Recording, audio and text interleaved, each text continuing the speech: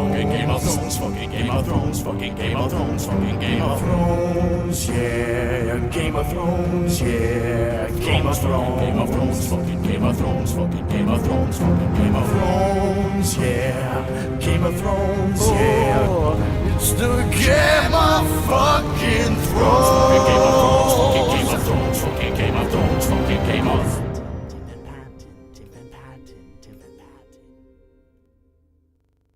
Hello, welcome to Game of Thrones reaction show. This time I'm going to actually title it right. It's called Throne of Geeks. That's what's on the title card of the episode. I keep saying better myself. Let's call it interchangeable. It plays better. Yeah, it does. It rolls off the tongue a little bit. I do agree. So we're going to react to Game of Thrones. Does anybody actually know the name of this episode? HBO, I hate the way The Long Night. The Long Night. Is it? All right. Yep. So season 8. And you know what's hilarious? What? The one sentence episode description on HBO Go says Arya's worth as a warrior is tested. That's the description for the entire episode. For me, when I was watching it, because I kept... And I don't think they posted that until after it aired. So well, here's what's interesting. I kept refreshing it like between 8:59 and 9 o'clock, and it doesn't give the episode title at first. yeah, it doesn't. It doesn't. It's weird. You know, I have a problem with that even because Arya's not a warrior; she's an assassin. She's Wow. D&D. Tonight she was a warrior. Yeah. Fucking A. Well, if it was D&D, technically she'd still be a rogue. But we'll go into that.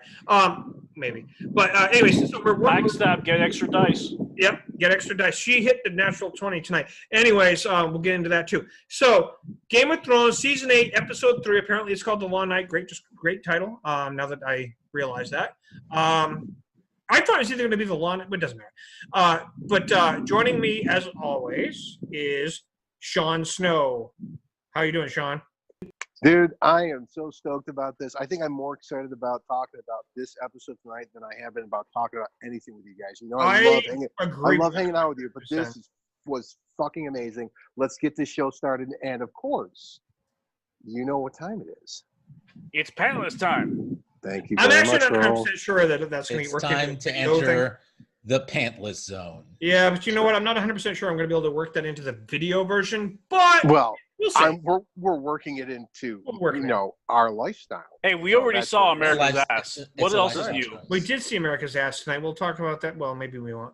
80 Also- degrees in cloudy. Maybe you should be Sean That's saying, right. but then again, you're not a Dornish bastard. So, also with me today is myself, Lord Commander George, and also of the Geeks Watch, and Lord Carlos of House Harumph. How you doing, House of Carlos? Rumpf. I am ready for action. He's ready for action, people. He's ready for action as long as it's getting kids off his lawn. Will House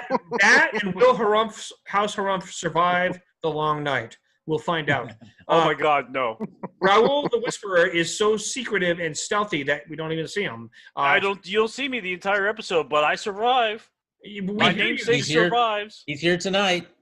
He's here tonight, and so far he's still alive. I don't know if he worships the many-faced God or what, but he's there.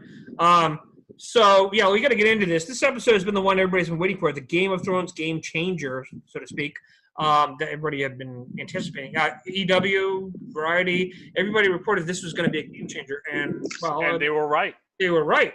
7 years plus in the making, man. This is from going back to episode 1, buddy. You know, the funny thing This is, This is the single most outstanding achievement I have seen on TV ever. well, that's I what they agree. promised. That's what they promised, and that's what they delivered. I totally agree. This is why it's hard to break this out scene by scene. So I think we are going to jump a little bit, but I still think we can control how we do this. Let me say this. It's more about I want to go from person to person, and you just talk about your most outstanding memory of what you saw happen, because this is one of those things like Endgame where you have to see it. It's going to require more than one viewing to really process everything and take it all in. Let me start with from top to bottom.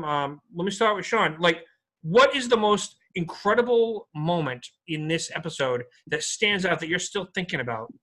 Well, I'm not going to. It's the moment that, by the way, there's been reports of worldwide, at least a 4.1 earthquake because everybody jumping up all at the same time, yelling "Holy shit!"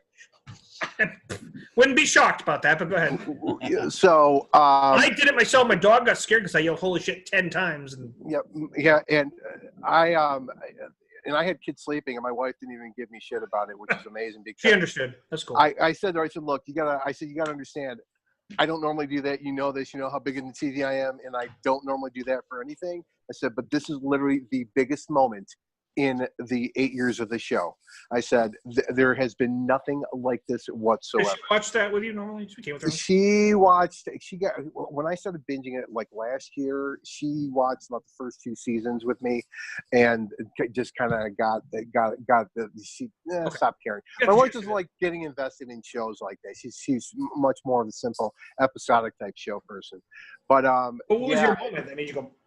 Well, that was the moment, but I got to say this, and I keep going back to this. All the little clues they left throughout this episode, the breadcrumbs, are making the whole series. Really, we saw a lot of that come to pass. The series itself, but for just tightening it into this episode, all these things, little things that happen with Arya, that just set that moment up, and I'm going back in my head, and I'm going, oh shit, oh my god, it's like and. What took the battle that I don't know about you guys, but I got 2 minutes in this battle saying they're all fucked. We're losing everyone. Oh yeah. Oh, there's that moment. There's that whole sequence where the music goes really quiet. You don't hear like any actual, and it's the piano, and you're like, oh yeah, wow. Yeah, and it's the same music from the Scepter Baelor explosion. Well, let me point this out. I have no idea what you're talking about, but. Ramin Djawadi is the composer on the show, and I love his work. He's amazing. I've loved it since day one. He is very much. You can tell that he and Bear McCreary of Battlestar Galactica fame go out drinking a lot because they're absolutely their styles are so similar and so beautiful yet unique at the same time. And this reminded me of the best of Battlestar Galactica with the scoring of this. Oh yeah, and also there he's also the composer for Westworld too. And is he? Really and you picked it up with that. He's number one A grade talent. Yeah, he's so good. And he matched the approach that the producers took in this episode, which was. And I think I mentioned this maybe last week that this could have gone wrong in so many different ways. He is literally the John Williams of TV. Oh yeah. At this point, I agree. Murray Gold. If you look at this point, the only thing he doesn't do that I wish, and maybe I'm just old school about this, and I think we talked about this in Avengers, in our Avengers review too, is there's not like themes. He doesn't have character themes, which that's true. Yep. You know, I mean, I guess he does a little bit. He does like where Danny and John, they have their own little love theme. You know what I mean? Did they? I mean, you're right. Not individual. It's not something that you know. It's not like da dun da dun da dun. Right. Well, what I mean is, you're right to say he doesn't have each character has their own theme. He is far right more. You are right. He's far more interested in. He's atmospheric. Yeah. No, and I get that. Total story. But to me, if you're going to compare him to John Williams is famous for these leitmotifs that he creates for each character, right? And so I wouldn't go that direction in terms of a comparison between. Other than he's grand and I mean, in terms of talent. Clearly epic. Super talented. Right. Did you have you guys seen the movie Dunkirk? Oh yeah. Yes. Okay. Yeah.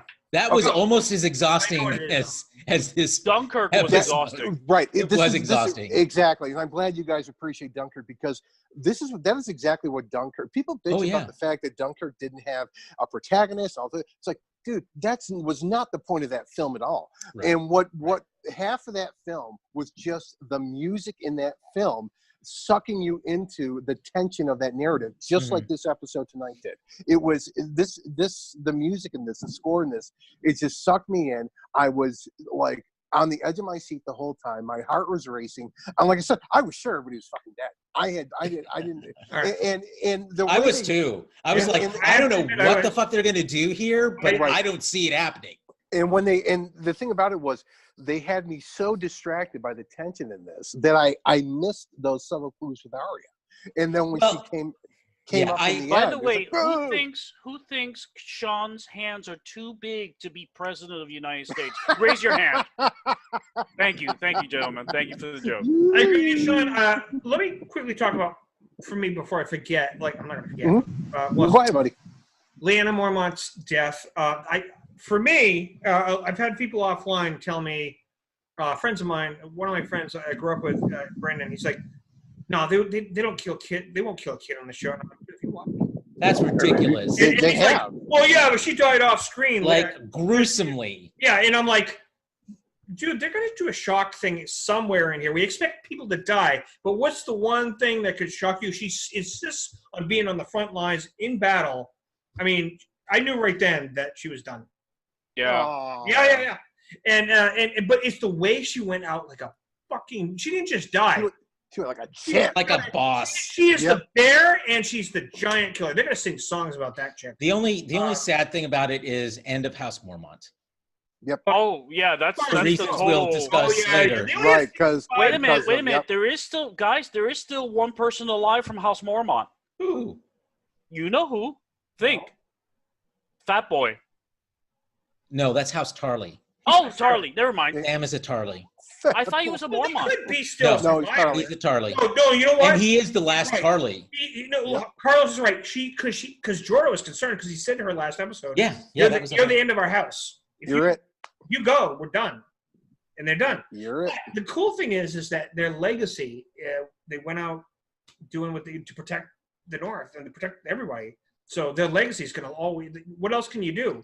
If they have to go, you got to go. You went out like. Yeah, but you went out on top. Exactly.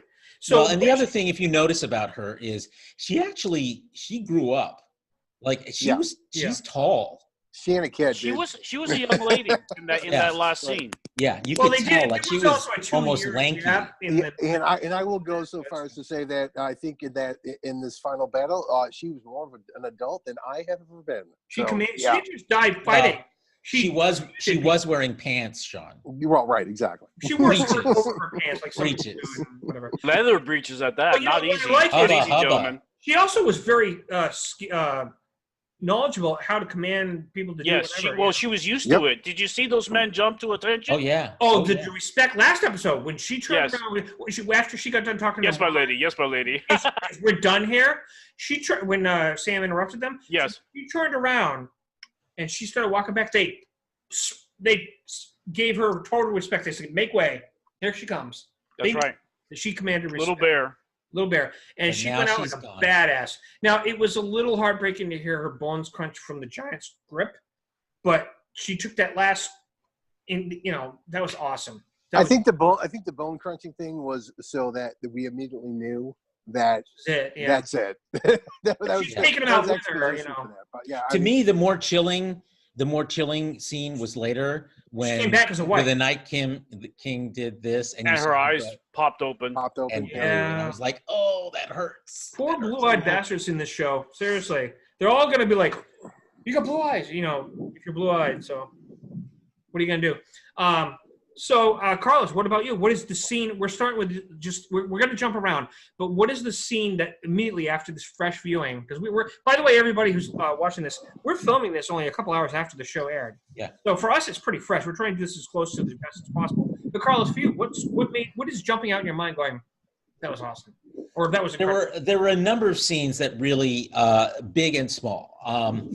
Some of the bigger grand ones, when Melisandre lit all of the swords of the That was Dothraki, Mhm. and you saw that across That the was a landscape. beautiful.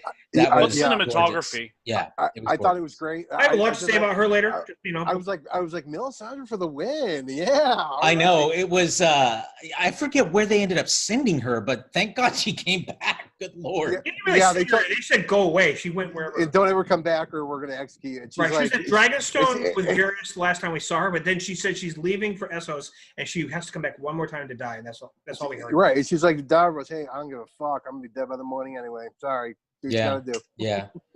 Yeah. She's a character that I really liked because you couldn't tell if you liked her or hated her because she Right. did things that 90% were of characters are awful like that. and things that were cool. Awful. And in this case, we never really knew what she knew. We still don't.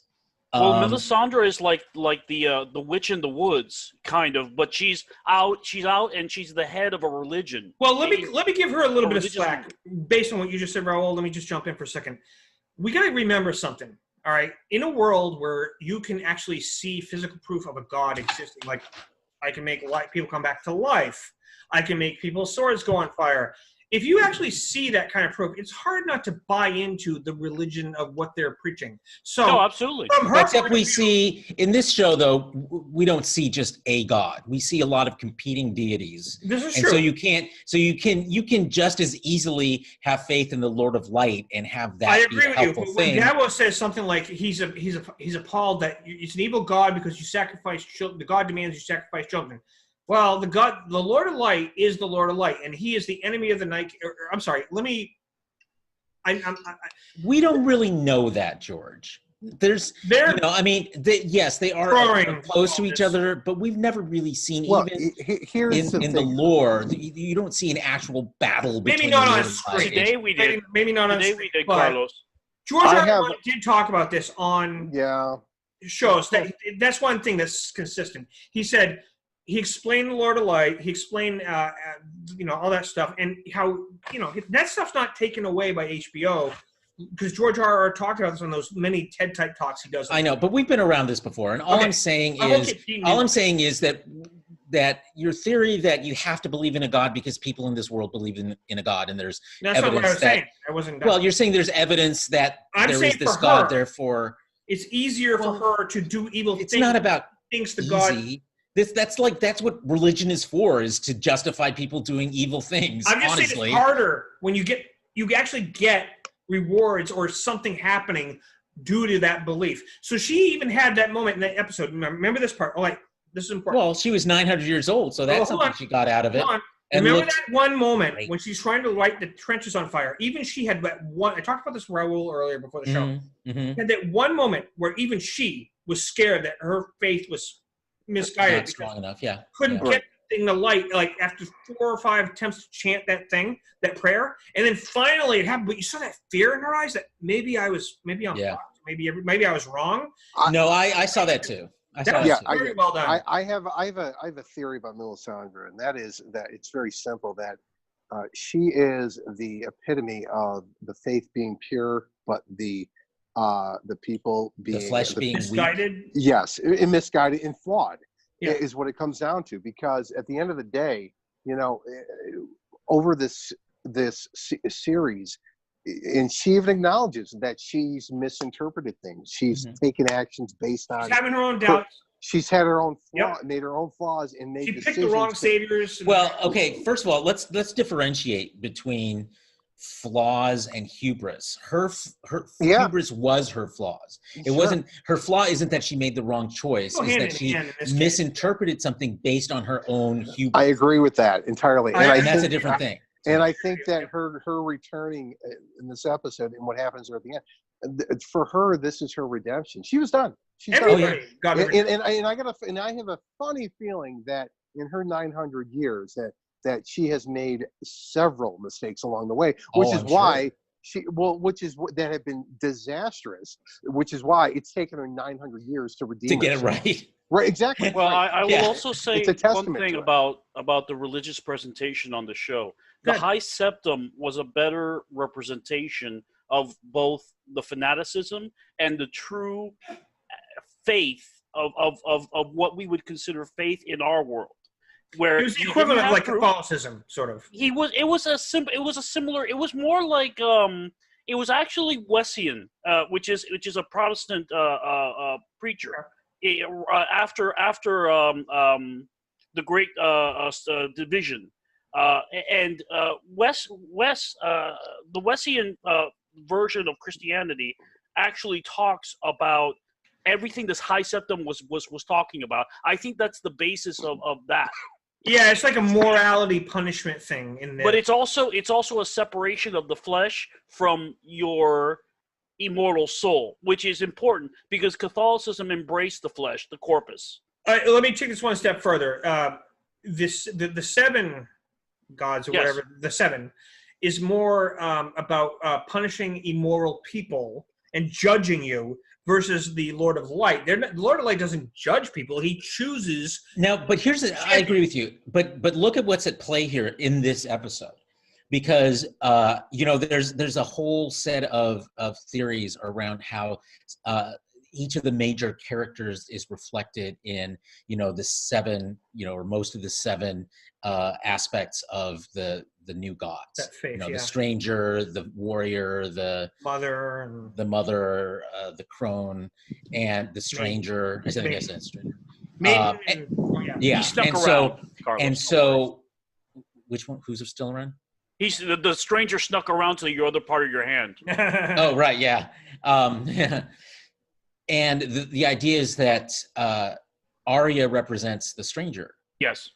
And so what we see here is an instance where Arya, representing the stranger, which is the new gods, is the one who slays the Night King. But you also have in play the fact that, she received her education in Essos and around the god of death, which is an Essosian. Is that a word? Essosian? Essosian is a word. It is now.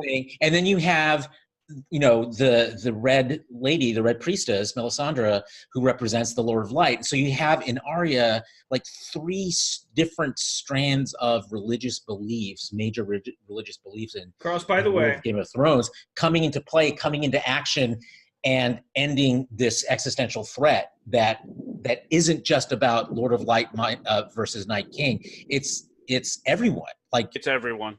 It's all of the religions. And not only that, right. but it also takes place in front of Bran, who is the chosen apostle for this age, the three-eyed crow. Raven. Raven. Carlos, backing up a little bit what you just said earlier. So before we forget, what was that conversation Melisandre had with Arya about her reminding her what do we do with this faith or whatever? Oh yeah, I mean, remember that was a callback actually to Arya back in the first season when she started training with the fencing master. Yeah, with the fencing master who was from where? Essos. Uh-huh. And he said, he was talking about the god of death, and he said, "What do we say to the god of death? Not today. Not today." Right. And that is what Melisandre, who obviously wasn't there, she knew that those would be the words. Starting the fire. She knew. Those would be the words that Arya needed to hear, and she also gave her the clue about what her role was when she said, green eyes, brown eyes, blue eyes. That was the last line. Blue eyes. It's like the way he played. Yeah. She finalized it with blue eyes because she's trying to tell her, you've played a role, but there's one more eye color to go, and that's the king of. What was funny about this is that I had completely forgotten about. And they wanted you to. Yeah. They wanted you to. And then as soon as she said, it's like I said at the same time Arya did. Not today. It's like in my mind immediately called back. Yeah. To that first season, and it was like fucking A. That was amazing. Full circle. Yeah, I mean, it's interesting. My Go ahead, Raul. point relates sort of to what Carlos just said, but my point is, I think it's a little more. It's a little smaller and more meaningful to me. I hope it's as meaningful to the audience. When Bran is sitting there and most of his defenders are dead, and Urian Greyjoy is the last man standing. Yeah. Don't confuse Theon with. Oh, I'm sorry. Yeah. Wrong one. Difference. Wrong one. It's okay. Forget I said that. Theon. But when Greyjoy is standing there and he is quivering because he knows what's coming. Yeah. And he knows death is likely, and he knows that he's going to fail in his duty. But what does he do? He turns around, and Bran gives him the words he never thought he could hear. Man. Absolution. Yeah. You're good. Bran acts as the what I said was he was the apostle of this age. He is the apostle of this age. Yeah. Yeah. No, you're right. I agree with that. And Bran knew exactly what was going to happen next too. I for a brief moment, I was thinking to myself, maybe he should tell him don't bother because he's going to fuck you up. But then I said no. He bought him time so that Arya could get to him. No, but here's the thing it's like this. Bran knows everything that's happening. He knows everything that's going to come and how this is going to play out. Right. It's like he keeps saying, everything. He said this to everyone. Everything you have done is what's led you here to this moment. Here's a question about that, though, Shawn, because I thought about that too during that scene when he's sitting there under the weirwood tree, and it's like he sees how all the different disparate threads of all these different characters and all their storylines, how they all weave together, how they all come together in this place and time. Right. But do you think he knew that he was going to survive the attack of the Night King? I I'm think not sure that he did. Yes. I He knew he had to be there to lure him out. He was completely reactionless. Oh, you know what, Carlos? I think he was that he knew exactly what. I didn't think he knew until remember that whole couple scene, like half the episode, when he said, I'm gone now, and his eyes rolled back, and he warped. Yeah, that's when I think he found out, and he in between those scenes. I didn't think. I don't know. He just warped into those birds so he could find the Night King. Say that that's why he did that. Exactly. He did that. The weirwood itself is the last. Oh, to track how close the Night King was to getting to. Yeah. Not to track him. No, I think he just wanted. I think it was not at all. I think it was. Do you think it was bait? Yes, It was that's exactly what I think it was. He's using the birds. That's right. And they, come get me. Come get me. He was actually, you're right. He was like a carrot to the horse, leading him to, Yep. Yeah. Like, I'm over here, buddy. Okay. Yeah, that makes sense. That makes sense, actually. But but I would like to say one last thing. You The can say more than weirwood that. itself represents the old faith The and old the gods. old Yeah, the old the gods, old way of doing. Yes. And Arya as the stranger, or as we propose, the that new she's gods. the stranger, is Mhm. the new god saving the old. Because Bran is nothing but the prophet of the old gods. Raul, I'm on you now. So what is the standout moment for you besides that one, or unless you want to keep talking about that? Like, what is your big standout moment? That is my standout moment. All right. With Greyjoy. Because you know what? That is a character that got no love. No love the entire series. And nobody respected That's really him. true. People wanted him to make a comeback, like any of these characters. Yeah, I mean, I did too. But, honestly, I wasn't sure. It didn't seem like he was in the I mean, cards. I never thought for sure he was going to be one of the people who ends up living, but it was great to see it end the way that it did for him because redemption again. Redemption. Yeah. Yes. The story is about family, and the story is about redemption in Game of Thrones. Yeah, true. Even though it's about slashery and killing and murder and power plays, it's really about family. It's what I would have commented to you in our Endgame thing.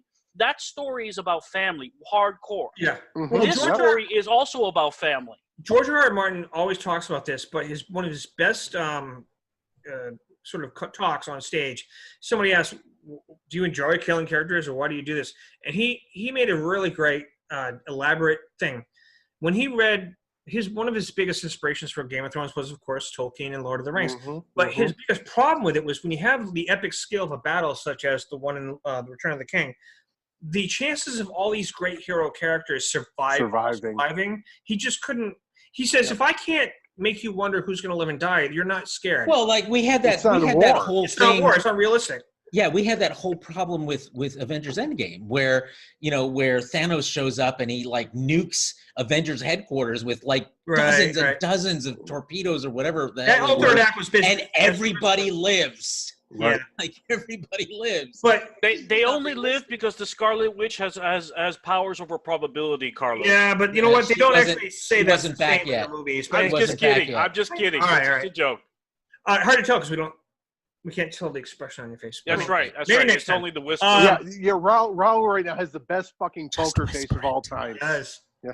He does. It's time to play poker, boys. You know what would be a great avatar? Ante up, bitches. Howard the Duck or Rocket Raccoon would be a great avatar for you. In a Game of Thrones. I still want to see. I heard that Howard was in that. He movie. was. Howard the Duck is making a comeback. He was in that movie, Raul. Just so you know. He was behind. He was in that battle. It's just. Well, you guys, you are aware that he's been in the MCU before. You guys are aware. Yeah. He was in Guardians 2, I think. One. Oh yeah, in the post credit. Yeah. Right. Oh yeah. The Taskmaster or whatever his name is, Grandmaster. No, he wasn't. He was in the film. He was in the collector's. Oh yeah. You're right. Yep, but he actually spoke in the end credit thing. But gentlemen, back to the Game of Thrones. Back to the Game of Thrones. Back to Game of Thrones. So I want to talk briefly about one of my favorite moments, which is the Hound, and how he went into his traumatic thing until he went nuts. Until Barrack pointed out, what about her? And he sees Arya in danger again. Beautiful, because like as soon as he saw her in danger, snapped him out of his shit. He was on top of it after that. Well, the line that was so great was that you can't beat death, and he says, "Tell that to her." It was so fucking amazing. And she had gone all ninja. Perfect. It was amazing, poetic, beautiful. Yep. And then he snaps out of it, and he goes back to his instincts. The only person he has shown that he really cares about more than himself, Arya Stark. He looks at her like a daughter or whatever, but protection instinct goes into protective mode. He is literally the Hound. They traveled together for a long time. Right. I don't know if it was that long, but they went through almost 2 years, dude. Right. It was a long It was time. 2 seasons. Yep. Yeah, but we don't. Okay, you're right. They were trying to work their way up to the Vale and all that. We don't know. It takes weeks to get just to the Winterfell from us. That's if you're going directly. Remember, they didn't. Oh yeah, they stopped along the way. That's true, and they did stop a lot. So yeah, and they avoided trouble. No, not really. They made trouble, but so the Hound did. And then he's looking for her when it gets to the point where they're in the castle. I'm not gonna throw it in your faces that I was right about the crypt thing, because I just felt that was. Well, they pretty much made that obvious from the beginning. See, everyone was. Guys, but here's where you were wrong, though, George. It wasn't you predicted Ned Stark, Lady Stoneheart, blah blah blah, and they were just unnamed old. I know, but it just made sense to me that it just was simple. Like Scott, when he was on our first episode, I said, "You don't think that prediction's possible?" And he goes, "Why?" And I said, "Well, they're in a crypt." We hadn't seen the opening credits yet. Oh, and now we know, of course, that even though it's a moot point now because they got defeated, but yeah, he can raise whoever. I mean, it doesn't matter if they made them or not. But that's now no longer even relevant, apparently. It's true. Although he waited a really long time to do that. I think he had to get closer. I think he had to get closer. I don't know if I think he's a area dependent. Yeah, I really do. User. Yeah, but he was in the neighborhood the whole time. It clearly extends a certain. He didn't show up until the third act, and he was like then making all of them plunged himself. I think it's what he can see, or at least because he can't see the people. In no. I mean the range of his. That will never get answered for sure. But you know what? It doesn't matter. Like, you know what? It only matters to the degree it's that over now. So I think and that build up as they were raising the stakes. Let Shawn talk, guys. I think I think at the end of the day, and this is his ultimate undoing, I think he's a showman. I think he's a fucking Bond villain. Is the problem? Hugh Jackman. For a guy who never says a word, he monologued like anything. Fucking A. Did he? It wasn't just a smile. It was a smirk. Nightwing icy smirk. Oh my god! He was so confident, and he was just showing everybody up. Well, this was a god approaching men who were trying to defeat him. Wouldn't you be confident? Cocky, overconfident, of course. This wasn't a normal man. I wonder if he knew what his own weakness was. Well, he did. It was Bran. Yeah, that was his own weakness. Yeah, but no, it was the dragon glass through the same place. Yes. Or you need to make Lightbringer, but whatever, it's fine. I don't mind them changing up things. I don't mind. I'm just saying it had to be. I know, but that's why we've cautioned you about that so many times, George. Is you can't assume the same. It had to roll better, George. Well, here's the thing: we know that was how they defeated the first Night King, but he never got to this point in the original because he never finished his damn book. So we don't know how. He even said that now that this is out. He said, even though he's still working on the last book, he said, "I'm going to let everybody know it is going to end a little differently in the book," which is fine. Yeah, of course. I mean, it's an adaptation. Yeah, so of course it's going to end. Even though they went past him, he said he collaborated with them to give them ideas of what he had in mind. But he said he's still going to change things up a little. I am curious because I read tonight that the producers decided that Arya was going to be the one to kill the Night King 3 years ago. That's how long this has been in the works. Wow. And that's which seasons back. Now I have to remind George of something. He was completely wrong about Arya.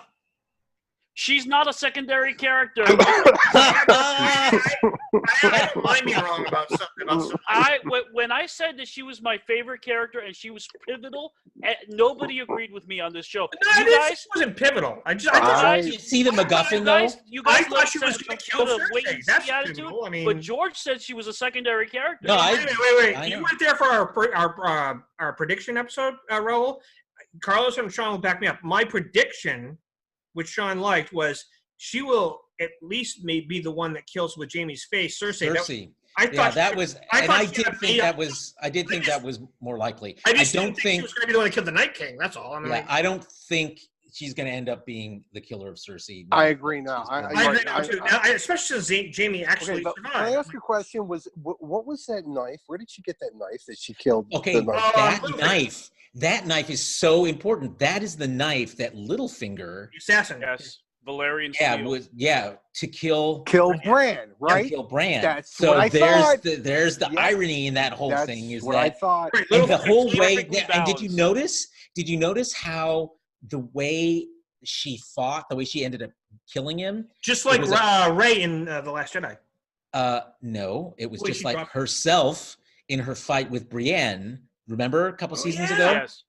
She did the same thing where it looked like Brienne had the upper hand. Oh, by the way, and then she dropped the knife to her opposite hand, and then up to her. We got to talk about how she says to Sansa, She says, "I don't know how to use this." When she gives her that other dagger, and she goes, "You stick him with the pointy end." Which goes back to John telling her. This, by the way, I need to point this out that George, my prediction, this was partially correct. I said that Valerian Steel was going to be the deciding factor in this war. You and I had a long debate in Messenger about this. Well, you know what? In the lore, they both come from the same source, Dragonfire. It's smelted by Dragonfire for the Valerian Steel. It's too complicated. That's why I didn't think they were going to. Your prediction was that. Remember what your prediction was about how this and all that shit. The Lightbringer and Daenerys and Jon would die and all that. Right? Yeah, you're too beholden to the lore. Right. Well, no, I'm just letting you know. One small part of that's still true.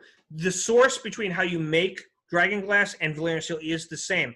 The Valerians are like the ancient Atlantean type super technology. Yeah, we got that, but that's not the point. The point being is that your theory about this is all stuff we don't know, right? And therefore, that's not part of the show we're watching. You did actually talk about it on the show. My theory. The bottom line. One at a time, guys. One at a time.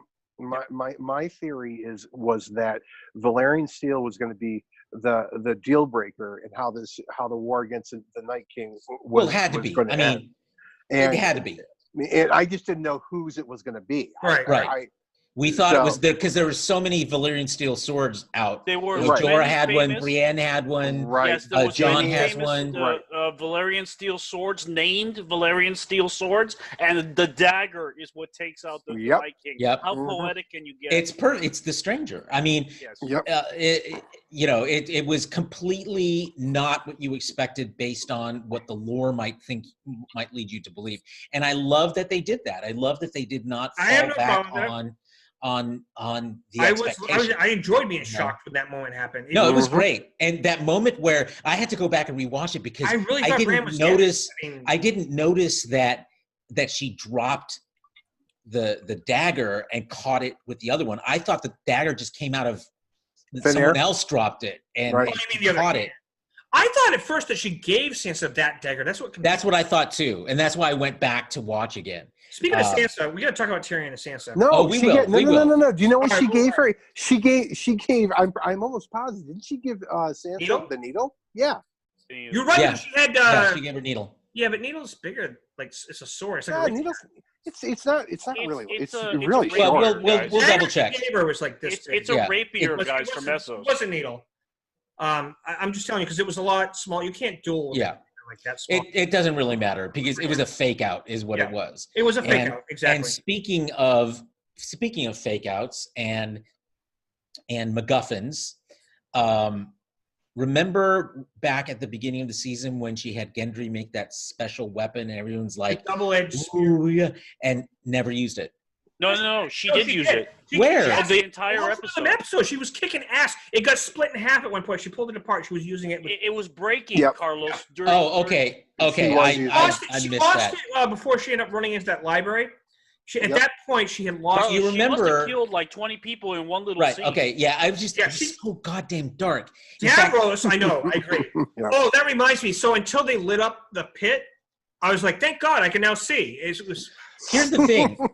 There was actually. There was an article that I read, thank God, that basically said, here is how you need to adjust your TV to see this episode. So I'm going to tell you how to do it so that when you go back to rewatch it, you can see more. Because we actually did it at my friend's house. We were watching it on a 60-inch 4K TV. And it's all about size with Carlos. Oh, it is. I'm a total size Raul, when it comes to Game of Thrones. I am such a pain. I know. So, and we tried it, what the article said. And as soon as we did it, we're like, oh my God, we could actually see what was going on. I have to admit, but here's what you do. So here's what you do. You go into your television settings. Or computer, I don't have a TV, so. Well, it depends. This is for televisions. Okay. Because I actually tried this on my iPad and it doesn't have the same kind of settings. Okay. Anyway, so for television, you go to computer monitors work too. Brightness, and turn your brightness up. Not too high, so you'll see stuff appear in the image when you do that. And then, so we freeze framed so that we could actually see stuff up here. So increase the brightness, of course. Then you go into contrast and you decrease the contrast. Mm-hmm. And as far as you can go, you'll start to see it wash out. That means you've gone too far. And the saturation. You go back until it sort of resaturates. Yep. And then that's the sweet spot. Yeah, because I'll tell you what. And it made a huge difference. But what happened? I could actually lit everything up though. What happened? This is the problem with Game of Thrones is Game of Thrones is produced using a standard for 1080p TVs, okay? Because that's what... Well, it's even beyond that. I mean, you're not wrong. But beyond that, the producers made a conscious decision this season that they were going to film with as much natural light as possible. Which makes total sense, but... It does make sense. But that's part of the reason why this season overall is just darker than, literally, the images are darker than we've seen. Right. He reminds me of Barry Lyndon, the movie. Well, the problem though with these 4K TVs though is that with the HDR settings really like shit dark. I mean, they make your image darker automatically, so you have to adjust accordingly. Yeah. For something like this, if you got, like, for example, I actually did this. I went between my downstairs TV, which is a 55-inch 1080p, up to the upstairs one, which is 65 4K. And that's what this one was, 65 4K. Yeah, my downstairs one was fine. My settings on it were fine, the 1080p. I went upstairs. I was like, I can't see a fucking thing. I was in the same boat. Yeah, I had to play with it too. Yeah. But like I said, I know I've already said this, but just for me, it was kind of funny. I'm like trying to follow who's dying, who's fighting who, and I actually turned off all the lights in my room here, and I'm like watching it, and it helped. But once they lit the trench, when Melisandre finally was able to light the trench, that helped. All of a sudden. And it's funny you mentioned how they were using natural light, because just like if you were really outside in the summer, everybody's putting up a campfire, all of a sudden, holy shit, I can see. There's light. Let there be light. And I could see. And then they had an in-story excuse for lighting shit up and making you see things. But when we get into the parts about when the fight got to the point where, I want to bring this up. I know we're bouncing around, but before I forget. You kind of have to. How amazing. Yeah, there's a lot going on in this episode. We all agreed on that, yeah. How amazing was it that the first thing that happened was all the Dothraki, first of all, it was awesome how they got their swords on fire, but then they ride out into battle, and they keep it trained on the perspective of the people holding the front line, waiting to see what happens with those guys, and you see all the fires start to go out. And then they go up high. And then to where Danny and John can see it, because this is what messes up their plan, you guys. The death of the wholesale slaughter of the Dothraki. You know, now I think about it, is all of them. It's 100%. Throws Danny off, dead. And so they don't stick to their plan, and that's part of the reason why it goes wrong. It's kind of hard to. Well, because she was too affected by the death of the Dothraki, and so she leaves, and John's like, you're gonna leave me holding the bag. Yeah. So from that point forward, their plan started to fall apart. Right. So of course they were. Her emotions took over, and Yeah. Well, this really was a. I mean, this when you think about it, there's a very pivotal moment for her. I mean, Yes. part of She's a Khaleesi. Right, and with Dany, a part of her problems I've seen over the past couple of seasons is that while I love her, I think she's incredibly strong, and I think sometimes she believes her own hype a little bit too much. Is kind of the problem. She doesn't kind of have contingency plans, and she doesn't see how like the long-term effects, like the long-term effects of freeing all these slaves and then just up and leaving. I mean, that was a problem, and she started to learn from that to get counsel, right? And so yeah, and I don't think this almost all gone.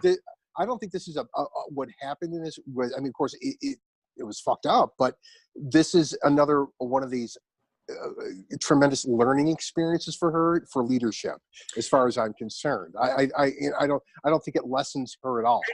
But Shawn, don't you think that what you were saying is absolutely true? But don't you think that she has somebody to actually do the plans that she cannot do or think of? Counsel, she has Tyrion. Yeah, but that's the problem. That's been the problem. I think that yes, indeed, Carlos. Before we on a horse, I think she does, but I think that her biggest problem is that she doesn't rely on Tyrion and others as much as she could. For example, why am I drawing complete blank? The tall bald guy that's Jorah. Varys. No, Jorah. No, Varys? The tall, bald guy that's a eunuch. Varys. I didn't hear Varys. It's Varys. It's Varys, okay. Right. I didn't hear the eunuch part. The spider. Right. See, because here's the thing. She can go into, as far as I'm concerned, with what's happened now, she can go in simply following the advice of Tyrion and Varys and just take that whole town. Take everything. It's true, because they know. Yeah, they know King's Landing. If she's smart enough to defer to their expertise and take her hands off the reins. Did you notice? Good. That's really well, and actually, literally take her hands off the reins, because she still has two dragons, but one is kind of down wounded. Count. Yeah. And so she only has one functioning dragon. We don't know how much time's going to go by. Well, this is the thing about it. This is the other thing about it too, is that she's been so dependent on, as her strengths, the dragons, as opposed to the fact that she's Daenerys Targaryen, and that's really her biggest strength. The dragons are great, but she's a great leader. Do you guys think, on to Shawn's point, but related, do you think that this episode was about knocking down her pillars, the Dothraki, the dragons, the Unsullied, so that way she would really either stand or fall on her own? Well, let me I think you're right, Raul. I think you're right. Shawn, Carlos, let me just say one thing before I forget. I've been letting it turn. You guys saw the commercial for next week? Yes. Yep. Okay. Did you notice one of the major things that's going to be a hint is that she has one over the north? They're all cheering for her when she said something in that hall. That's huge.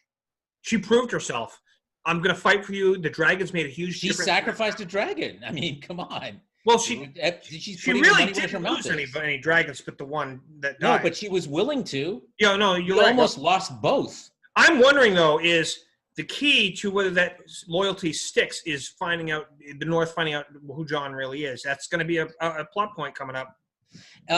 Maybe, but the thing is that doesn't change anything for the North. I don't think it does because now they don't have a Stark to choose between. If they get married, they have one left. They combine it all. The perfect solution is for them to get married. They have one leader Stark left, guys. Yes, and Sansa, yeah. But like they even said in the last episode before they even found out about Jon, they don't even know yet, Tyrion and everybody.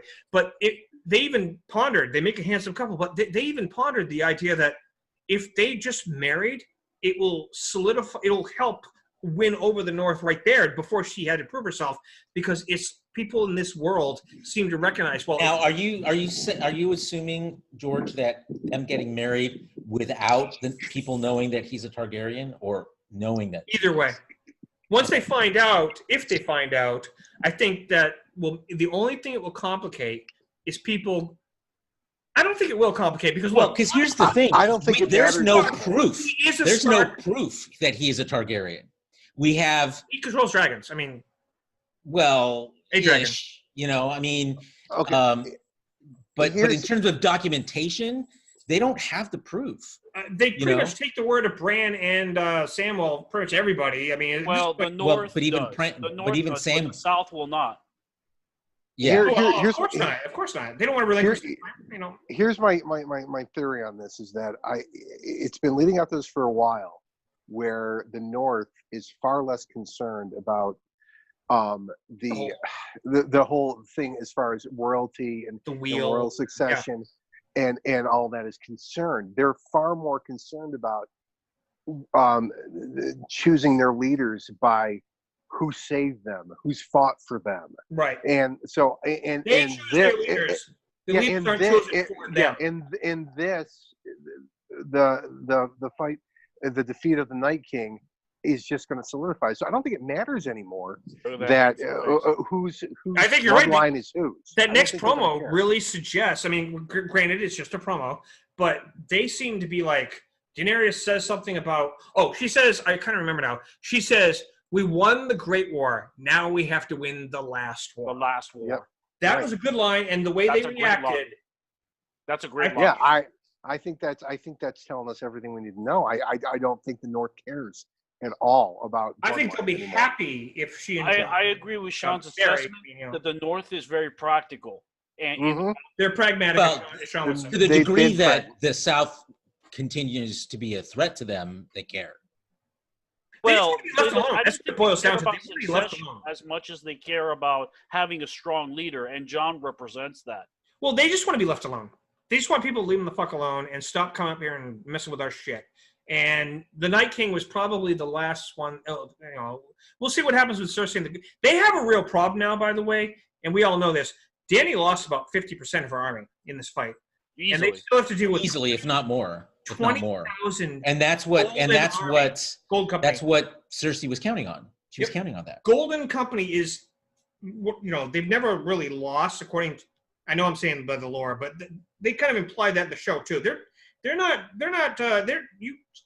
Jamie. They're the Roman Legion in the mercenary world. Last episode, the 20,000 of the Golden Company from Essos. Everybody kind of knew what that meant. It's mean, oh shit.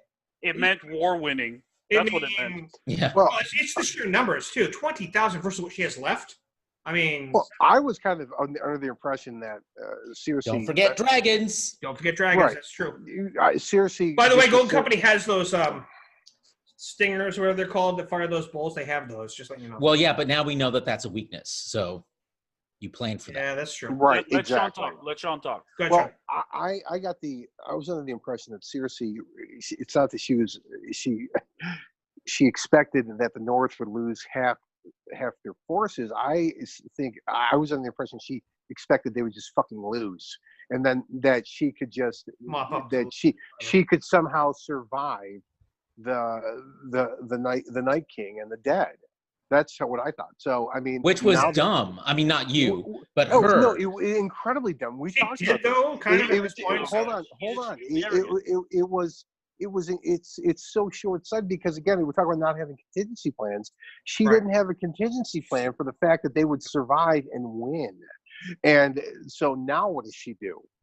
Because they may have been beaten up pretty badly, but they not only I can almost guarantee that puppers, Herschel, he's a good boy.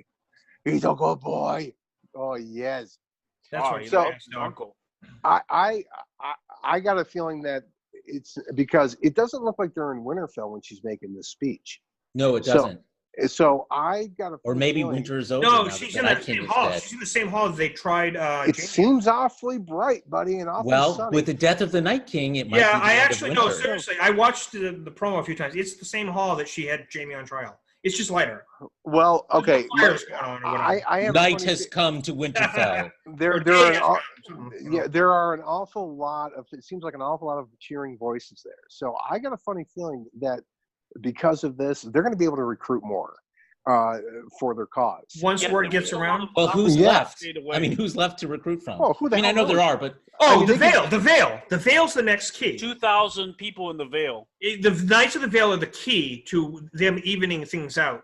with that giant. Robin Aaron is going to be the kid. Is going to be the key. Whoever can sway him. yeah. Although, how many of them are there really? A lot. I mean, Look at. Do you see those? Well, yeah, Battle 20,000 though. Battle of the How- Bastards. 2,000. They also attacked. I know, but there's 20,000 in the Golden Company. Yeah, but Here- that's here- 10%. I think the Veil have here's the thing. half This of is that. kind of like the Star Trek theory. Just because you haven't seen them doesn't mean they don't exist. Right. Type thing. Knights of the Veil Because- now. No, as- I'm not talking about Knights of the Vale All right, go ahead. specifically. What I'm saying in general is that there are a lot of houses out there. There are a lot of communities out there that they've never touched upon in this entire series. And we've actually throughout the series, there were more and more introduced as the series played itself out. Yeah. I would not be surprised at all. Minor if there's houses and- plenty of minor houses out there that are Or that Umbers. are If they can get the yeah, who are Ironborn, now on board. if they can get the Ironborn, and they can get the Knights of the Veil, they've got a chance. Or with what's left of the Unsullied, because the Unsullied lost about, I would say, 50%. It's hard to know. We won't It's know hard until to next know, but week. they look like they lost maybe. They were. I want to say half. 5%. I would They- I would say Yeah. 100% of the Dothraki and 50% or 40%. I would say 90%, of, Unsullied. 95% of the Dothraki. Who did Some she have had also? Was there some other house that was joined them? I forget. There was other. But here's the thing. Here's the thing about Right. the Dothraki, though. Let's remember that the Dothraki aren't all in one area, as we found out. There are more. You're right. last There was season. one. There's all of tons of them all over the place. Correct. So I'm talking about her Dothraki. She got those Dothraki when she basically. We know how she got them when she was Yeah. captured by him, and then said, Looked "Fuck like a you, I'm in charge of god." all you bitches." Right, exactly. So, and those weren't her original Oh, wait a minute. Dothraki that she was There is with. another group we're With not. Khal Drogo. Well, who's her old boyfriend's name? Darius. And what were those No, guys? what called? happened to him? The sons of. The He sons stayed. of. They stayed behind at Marine in the What master. I'm saying, to keep so order let's in say, Marine. what if they Right. could be considered a backup that could come in to Yeah. help? Wait, what if they That's a- recruited? What if they recruited the citizens of Marine, for God's sakes? All these former slaves that were there. There's I'm an just army saying, right like there if for you lost that many forces, you might send out a Raven and maybe they can get them. Maybe. Maybe. I don't know. That's going These ships, pretty but that's far. what the That's Ironbird- pretty far afield. They help To be honest, guys, you know, carry I people think over, that you know. the last battle, last war, will be decided by not any of the forces we've talked about so far, but one simple institution that you're going to hate me for: the Iron Bank. The Iron Bank is going to decide and go with Daenerys.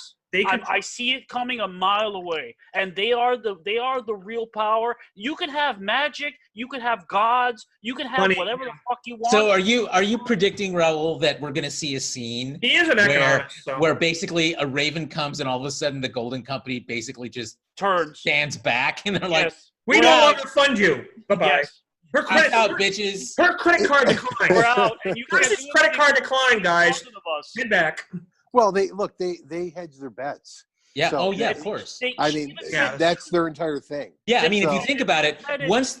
Go ahead, Raul. I'm sorry. Go ahead, Carlos. I was just going to say, when you think about it, once word spreads that Daenerys defeated the Night King and the army of the dead, that's going to care. That's going to Carries have a lot of repercussions. And you know what you just said, Carlos, before anybody else, because I want to jump off what you just said. I believe that Arya's not going to, she's going to be perfectly willing to hand that credit over to whoever will help their cause, whether it's Daenerys, and not care about whether she gets credited in the songs and the. I think that this experience in this episode really cemented for her that she has a specific role to play, and She's a she will stranger. play that. And the girl she has will no play name, that so role. why would you want to? But she does. No, I just. She says she does constantly. She does. Remember, she is her own person. Is who she is. Yeah, She is Arya Stark. To No, the that's- assassin, she said, "My name is Arya Stark." Oh, you're right. She said, Yep. "My name is Arya Stark. Don't forget it, motherfucker." Basically, yeah. And he just smirked. He knew what was coming. Shawn, I agree. Yeah. Who knew, Raul? Who knew? the assassin, the faceless assassin. I think he's going to the show man up with no one name. more time in this. I season. love Are you talking about Jaqen Hakar? Yeah, yeah. Yes. Yeah. I honestly think he would maybe. show up one. I I don't would think love. so. I I would don't think love so. to. I would love. I wouldn't to be see him surprised. come That's all I'm back. saying. They only have 3 episodes left, dude. 3. Yeah, but look at what they've done in 3 episodes. 3 Yeah. episodes. I mean, if they could squeeze all they've done in 3 episodes, why not? I mean, bring them back one more time. I don't think they're going to do that. With the level of detail, the attention that they're paying to the main individual characters, that there's takes almost no time. Yeah, there's That almost takes no time. left. They're All right. not going to waste it on people who barely show up. Let's quickly go through our confirmed kill list, just to refresh everybody's minds. Who actually died? Okay, so I was surprised by who didn't die, but okay, so we know. Yeah, that's the real surprise. And I by the way, thought Podrick was a goner. I did too. We need to, by the way, we need to discuss this in terms of our episode 0 we did, our prediction episodes. Oh yeah. So we can adjust accordingly. Well, yeah. and remember, also, our prediction episode was by the end of the series, not at the end of the. Right, we weren't going by specific episodes. Well, we but weren't going by the end of the. That doesn't mean they aren't going to die. Later. However, we did. I think we all predicted Joe was going to live and go out, sail off. I didn't remember. I never thought he was going to live. I think actually I do remember what I said. I said no, he's almost died too many times, but that probably was more an argument in favor of him dying this The time. thing is, he looks like Charlton Heston, so of course he's gonna die. I love the way Danny was forced to melee fight, and she was like, he was defiantly like all the way to the last breath, like taking hits for her and not refusing to go down. But an important part of that, and this was one of the other big moments for me, answering your first question way back. I think we're going to the same place with this, Carlos. Is for Daenerys to, bereft of her dragons, it was just her, and not even a sword, and she ended up getting one, but she fought like the Dickens, I mean, once everybody she did had in to, this episode. when she was down on the ground with regular Samwell. people, Language, and she was Carlos, language. the Dickens. I know. Ooh, that's some pretty salty language there, son. That's my Steve Rogers. Everybody fought like their lives were dependent on which they were. So, but that's what felt so amazing about this. Yeah, and it was a great scene. I want to bring up go something ahead, else. I want to bring up something else about that scene too, which I thought you were going to go, but I'm going to take your into this. What she did for Jaru, how she kept Jorah. I always got that name scared. It's very difficult to remember. It's like how George always calls her Daenerys, and it's just right. I think we each have one of those. Not Daenerys? Oh, yeah. What she did for him. I don't know if you guys were paying attention. You guys always say Caitlyn. Anyways, we'll go. Yes, you won that one, George. Okay. What she did for him is that she kept propping him up, trying to help him. Oh yeah, she was. Yeah. And it's like she would not let him fall and go without honor. It wasn't just because she wanted. It was more about her helping him maintain his honor through this final conflict. About herself. Right. She wanted to make sure that he was maintaining his honor in his defense of her. It was very touching. Shawn, I'd like to say that I think it proves that she was in love with him in a sort of books. She was a little bit. Uncle. She considered it. I know. Yeah. I'm just saying. I think it does. I think she loved him for sure. In order for Jon to be consummated. This reminds me of, honestly, like we were talking about this with Endgame. This reminds me of the kind of love that Black Widow and Hawkeye have. Yes. Okay, this kind of just platonic yet completely devoted love. Or chivalric. You guys are gonna yell at me. To each other. You guys are gonna yell at me, but there is a chapter in one of the books where she has fantasies about what, considering should she knew. But that never ever occurred. That carries no weight with me, George. Right. It was never even hinted at. But there's a whole chapter. But I get don't that. Care. Having wet dreams, basically. But here's the thing. Here's the thing of the problem with that is that when it comes to the series, the producers and even Martin, who has been he's been consulted heavily upon this. They decided not to do that for a reason, and the reason is because I bet Martin would say this. Would go back and say that was probably a mistake to even include that, because it's so much better of a relationship when it's unrequited on his end, yet she has a fanatical devotion to him just based on the honor. I just remembered, based on what you just triggered in my memory, the way they do it in the book, real quick, I promise, is it's not that it's never really quick. She knows how much she says to herself in her mind while she's laying in bed. She can tell that he wants her because she reminds him of his wife, the one that caused him to get dishonored. And she says, I don't know, should I love him? Should I consider giving him what he wants? And then she couldn't go through it because she couldn't picture herself in that kind of relationship with him. Honestly, I don't give a shit about that, because the point I don't of care either. But it actually supports your argument. I'm just we saying. don't care though. But let me explain to you why. Does that count? Let me explain to you why it's completely irrelevant to this. And it's not just because it wasn't in the series. It's that because his entire love for her, his entire his arc with her has to do with his own redemption. His own redemption. Yep. From the beginning, how he was hired to spy on her. Yeah. And then from that, he came to believe in her, is what happened. So the rest of that is completely irrelevant to this particular arc. Yeah. Let's talk about Samuel for a minute, because mistake. He did the best thing. Big mistake. I agree. What about? What was he thinking? Well, here's the thing. It was a Night Watch thing. It was a Night Watch. Whatever. He's got a bigger role to play, and it was stupid for him to be there. It was just stupid. He is not. I think he felt regret ready and capable. Doesn't matter. There are bigger things at play here. It was the wrong choice for him. It was the wrong choice for the producers to have made it for this reason, because they have spent so much time building this character into someone noble and pure and good and competent and able to see things other people don't see, and just being you're right. John should have insisted. And then what do? It's like he's back in season 1 and just runs away, and he's scared and he can't use the sword and whatever. It was like, why did they need to do that to him? Yeah, I agree. And it would have made... He got a few kills in, but still. You're right. The problem is that I can't gesture, and so nobody can see me. It's true. But one thing I want to say about Sam is that it's important to bust him down, because he will be the integral part of rebuilding this country or this kingdom when it comes back. So wait.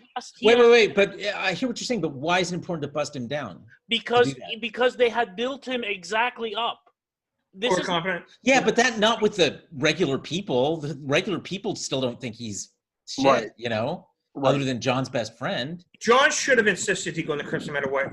John did insist. Yes, he did. Well, he gave in. But you know how Tyrion was using his logic for... Hold on. I just want to point this out about Tyrion. It would have made more sense to me, as Tyrion said, for him to be out there than for Sam to be out there. Period. And not that Tyrion really should have been out there. Not that Tyrion really should have been out there, but it would have made more sense. I don't know. Sam out there. Tyrion has more battle experience. Exactly. Yeah, but you know what? The thing is... Wait a second. Good. This is the man who was the first man to kill a White Walker. We're talking about Sam now. Sam. So, I mean, but that's my point, is that, they've spent each season carefully bringing him up, giving him skills, making him heroic, courageous in his own way. Exactly. And then all of a sudden, he wasn't anymore. Today, he was like a bumbling fool, like he was back in season 1. He killed some people, but it's still... At one point, he runs away. He runs away. So did the Hound. He's not a warrior. The Hound got scared too. Everybody got scared. He's a maester. The Hound is different, because the Hound has a trauma thing. Wait. I'd like to point out that Sam represents us, the viewer, in this episode. The average person that might... Average person put in a situation that is idiot. But here's the thing: he wasn't. He hasn't been the average person. He hasn't for a long time. But it's not. I'm sorry. Go on, Shawn. Well, he's been the maester. He's been the wise one. He's been the one you turn to. He's grown into that. For the Right, same reason exactly. Dany insisted that Tyrion go down to the crypts. He should have been going to the crypts. Right, absolutely right. I think it was a bad choice, and it was completely. You're putting this guy that we need to carry who on was our his story buddy whatever. from the Night's Who was his buddy from the Night's Watch that wound up getting killed right after he saved him? I forget his name. Yeah, I always forget the guy's name. But okay, well, the point being is they could have killed him off a different way without having to have Sam involved in there. It was just it was pointless. Yeah. Well, that's it, and that's what, and it was completely unnecessary. And the guy was pissed off that Sam was there right before he died. He's like, I have a question. Okay. Did Tormund survive? Yes, he did. I don't think he did. He did. I rewatched the post-battle scene a couple times. I went back, and Tormund. I love Tormund. I can't imagine him dying. Tormund, Bran, and Jaime are three prominently displayed people. Once you get to the up above the crypts part of who survived, those three stand out as survivors, which surprised me. They make it very clear who lives and who dies in that. Yep. So if the question is, if you're asking the question, if you'd asked me before I went backwards, hold on. Go ahead. If you're asking the question, did X person survive? Yes, they did, because they made it very clear who didn't survive. Right. Yep. We don't and they kind of had to, because of how much chaos was going on. I promised Casey, because he couldn't make it tonight, to discuss real quick what happened. What do we think happened to Ghost? We talked about this before the show. So Ghost could have run off and not got killed. Casey alert! Casey alert! Yeah, Casey alert! If you didn't see him die, he's alive. Possible. It is. We know just talked about that. We know 9 areas out there somewhere, so you know. Anybody who didn't die is alive. That's right. I think I agree with that. It's a simple concept. It's kind of like the inverse of you can't of. Well, it could have been a cut thing. We don't know that. It's kind of like the inverse of that which is already dead can never die. It's if you didn't see them die, they are alive. You know. So So here's the thing, though. But whatever. About Arya. So is she the prince who was promised? The princess. Hell of a good question. Always was the red. They always said it could have been a princess. Yeah, right. I'm assuming that. My point is, though, is she the one? Is she the one that Melisandre was like so devoted to? Whoever kills the Night King is that person, so it has to be Arya. Okay, so that makes Arya the prince who was promised. And this here's going by the lore, which they have been as far as that goes. Here's a question. So what's up with Bran now? He's in a wheelchair. What role does he play now that he's still the seer? He sees everything. I understand that, but his entire journey was all about the Night King. So now no, it wasn't. He's the history. He's the memory of man.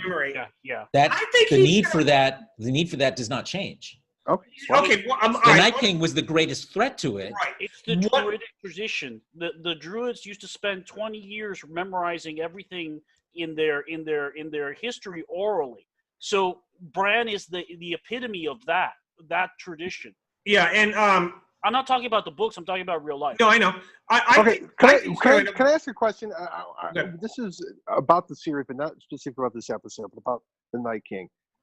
Those tree people that made the Night King, what are they called again? The Children of the Forest. Children of the Forest. So basically, my understanding of this is that they were pissed off at how they were man was fucking up the planet.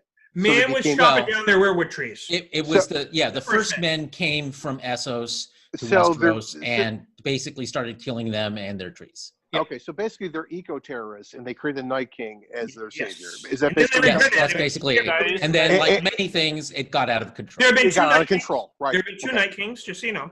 We talked about this a while back. The first one not in the show, George. I know. Well, no, they do reference that actually in one of the episodes. When? When you showing Danny the cave shit. When they what now?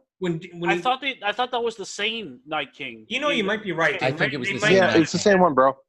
At least in the show, it's the same Night King. It's the same Night King, dude. Right, but here's the thing: they talked about when they do the next show, that doesn't matter. No.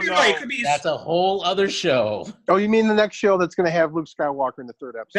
That one. That's the one. Right, the one with Sebastian Stan. Anyways, I mean.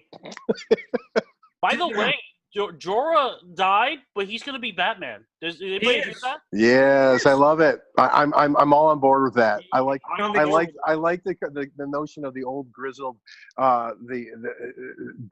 Batman. Yeah, from the Killing Joke. Dark Batman. Knight. It's the Dark Knight by Frank Miller. Now. Right, exactly. Well, that's what Ben Affleck was supposed to be, Raul. But either way, that was the whole point. Was he was supposed to be? They were using that as their reference for the Batman v Superman. But anyways, it doesn't matter. Okay. I just found this reference to, because I was trying to remember where exactly it was that Melisandre and Arya met the first time. I knew they had, but I didn't remember the exact. It was when they grabbed Gendry. It was when they grabbed Gendry. And here's what Melisandre said to Arya.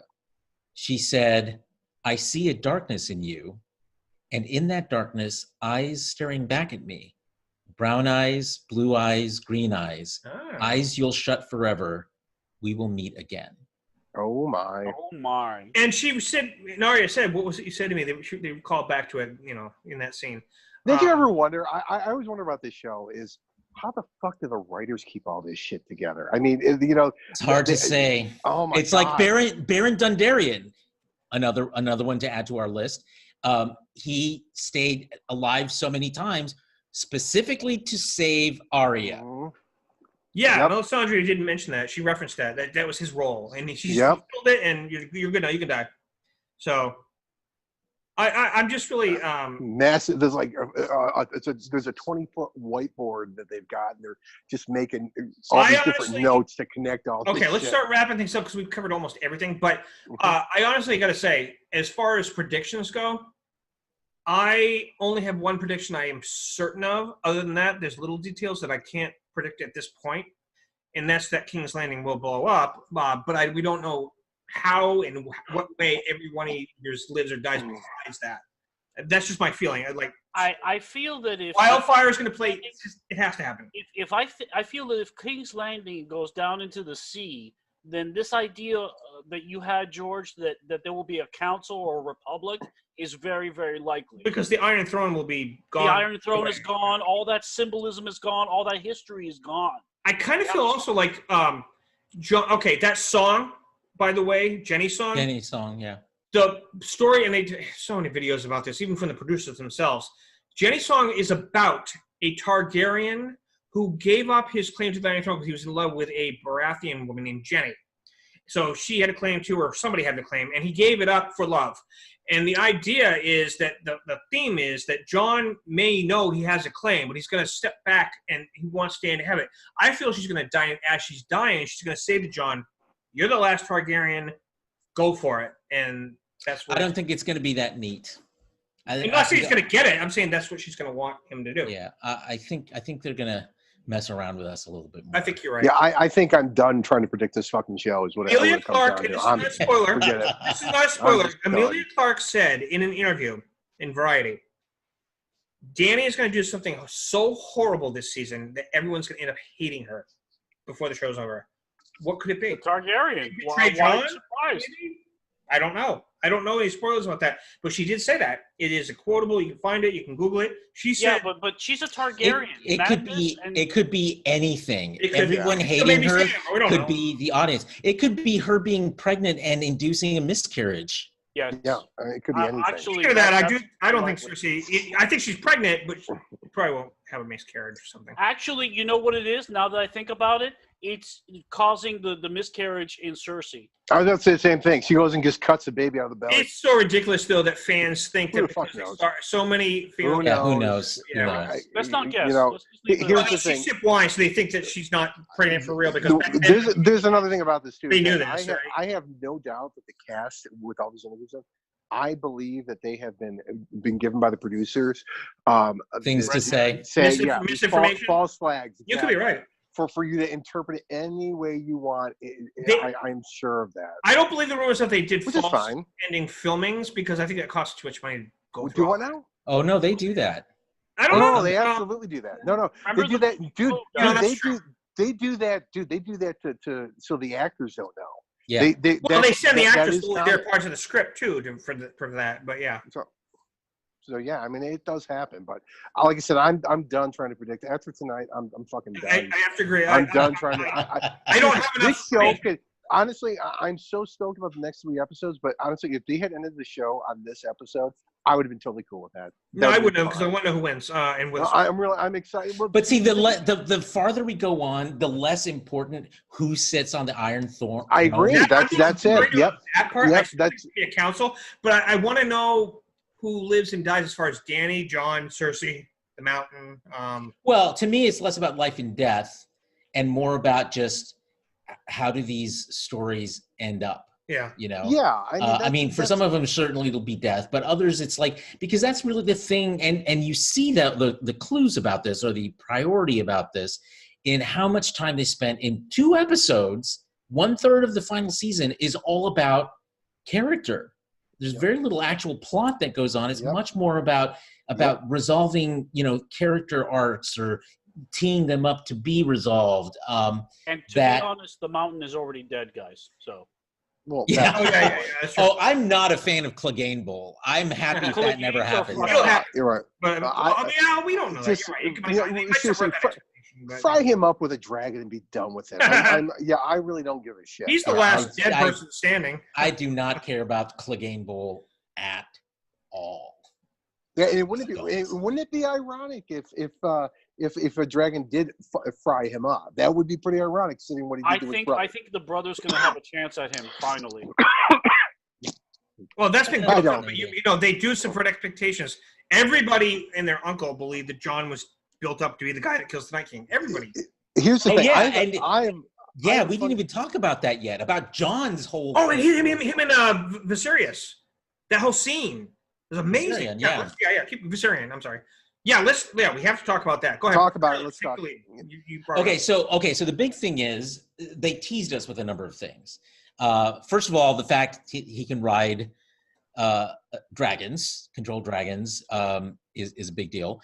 And that he ends up in this huge heroic battle to get to Bran, to get to the Night King, and ends up not being anywhere near all of that when it happens. Right. And, almost getting fried by Viserion. And, we just seen this scene where Daenerys, has, says Dracarys and lights him up, the Night King, and nothing happens to him, which they kind of hinted was going to be the case, that he's immune to fire. And we know Targaryens. That whole scene was great. Yeah. So, I thought they were building up to, he's going to stand up to this dragon and see if he can survive an ice dragon's flame, the reverse of what the Night King. I really thought that's where they were going.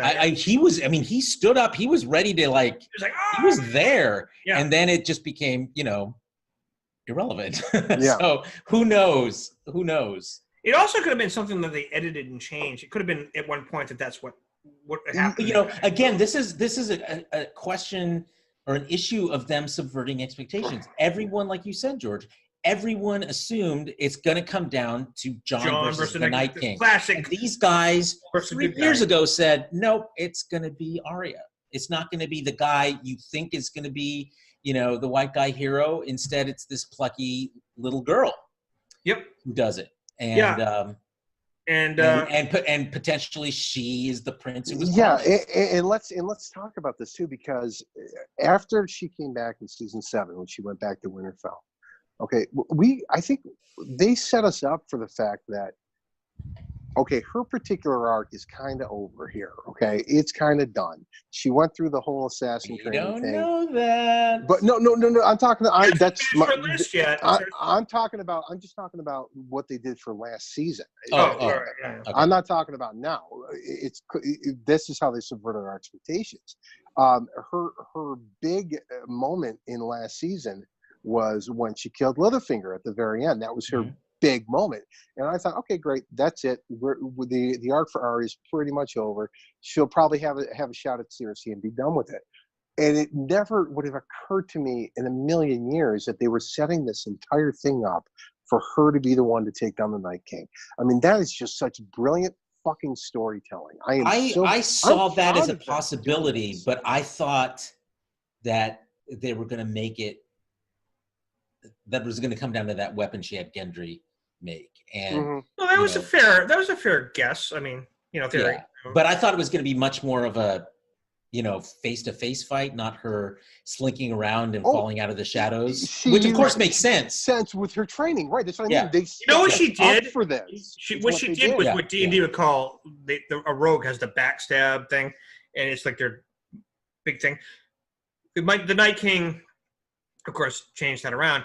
But I want to know how she snuck past all the other whites. But we got a hint of that with one of them, the wind. She's a fucking assassin. That's how she did it. Bitch. Stealthy ninja warrior bitch. Right. Awesome. I mean that in a good way, not a. She spent an entire season becoming an elite assassin. Yeah. That's how she did. She's a rogue level at least 15. She's. Man, that was an awesome scene. Because remember, she didn't know really what her purpose was about this until very late in the episode when Melisandre talks to her and echoes the line that she spoke to her directly, 8 years before, and also echoes the line that her teacher gave her that Melisandre wouldn't have known except for the flame, having been there, or the flames or whatever that she reads. And so that's really the pep talk that convinced her, I got to be the one to do this. Plus, it's my brother. Let's take a minute to talk about these before we wrap it up. I'm not worried about the time. I'm just saying, we're gonna make sure we cover all the beats, the best beats. Right. We got to talk about the Tyrion Sansa thing. We didn't really focus on it. We skipped around it. The Tyrion Sansa. Yeah, we did spend a lot of time in the crypts, even though they spent a lot of time in the crypts. But the Tyrion Sansa, maybe we should have stayed married. I'm not saying they're going to hook up, but I'm just saying that the way that they handled the situation together was just. And that little girl from last episode. It was a touching, right? It was you know what it was. It was a great character moment because it was a touching scene between the two of them who went through a lot of that fear. Did you guys think that they were thinking about killing themselves?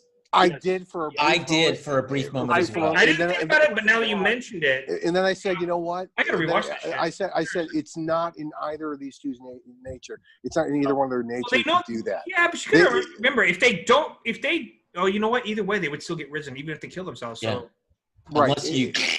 Unless you use Dragonglass to do it, I don't know. Well, for a brief moment I thought it was a suicide pact, but then I thought about it. I said, you know what? It's just not in their nature to do this at all. That's exactly, and I think that's what they were trying to get us to do. Run through that whole scenario. The scenario, right? And then they do the cool thing, which is, let's go get them. Let's go get them. Blaze of glory, motherfuckers. And in typical Tyrion fashion, before it gets to that point, he's down the crypts. He's got his wine with him, his wineskin. He ain't fucking around. He came to party. It was going to be a party one with the other. If it was modern day, my last night on Earth. If it was the modern day, he would be carrying a flask, but it's a wineskin. He drinks and he knows things. You're not going to take out the drinking aspect of the guy. Okay, so the little girl. Well, let me go back to this real quick. I didn't say that the conversation they had. I thought it was very touching because you got to remember that how much shit they went through together through that whole era of Joffrey and him being forced to marry her, and they wanted her. Remember the line? You're the best of them. Exactly. Of all of them, you're the best of all of them. Yeah, right. And Tywin trying to force Tyrion to have sex with her until she has a baby, and he refused. They went through a lot of shit. He's like, I'm not going to rape her. He's like. Yeah. You will do what's necessary, kind of. Right. And they went through a lot of shit together. And now here they are again after having, it's a kind of bond. Like, look, it's like being in the trenches, what they were when they were in King's Landing together. The tragedy naturally bonded the two together. Right, exactly. So now we're full circle back where they're back in the thick of the shit again together, and they have this bond with each other, and I thought it was a great character moment. The only reason why I think they will end up together, and it's not because of it's not a romantic thing. I honestly think if you're saying they're getting back together, that is a romantic. What else is it? Well, no. Because a political reason. I think that even though they were saying it like in the heat of the moment, I kind of think that's sort of. I think they might actually say. But here's the problem with this, and I'll tell you that we've already discussed this. That neither one of them, okay, especially because that she's from the north, neither one of them give a shit about bloodlines and about politics as a reason for being Yeah, you might married. be right about that, actually. Yeah. They're so beyond. These people now are so beyond this. No, you're right. That's I agree with that. completely irrelevant. I think you just talked me out of it. Okay, so what else have we not covered? Because everybody's like going crazy trying to. Oh, Grey Worm. Let's talk about him real quick. Grey Worm trying to be brave, but they're really focusing on how much even everything he's ever his veteran experience has taught him could never prepare him for this. And they really, really did a great job of.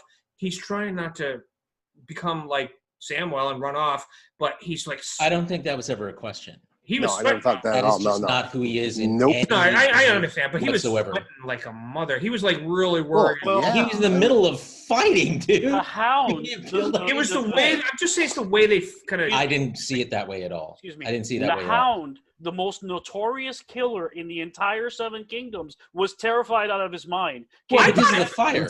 The fire. No, That's why. It wasn't. He no, because when he was asked, "What we need you," he said, "Fuck this, we can't win." It wasn't about the fire. It was about Yes, it absolutely was about the fire. It absolutely was. Oh, he didn't say that, but you're right. He resigned himself to. Now that I can't think beat about it, death. But his face it's was a fire. Like, you're right. Look, here's the thing. They made a point with the camera to focus on his scar and over his right shoulder or his left shoulder. Yep. The flames burning. That's what that. Well, that's what thing I'm was saying. about. I agree with you now. I think he was using the excuse. Just we're fucked. But I think you're right. I think it was like it went back to. I don't know if it was an excuse, George. I think it was more of a fact that he was resigned to it at that point. That this is hopeless. The fire was instigated the whole thing, but he just resigned himself at that point that we are just fucked. Yeah.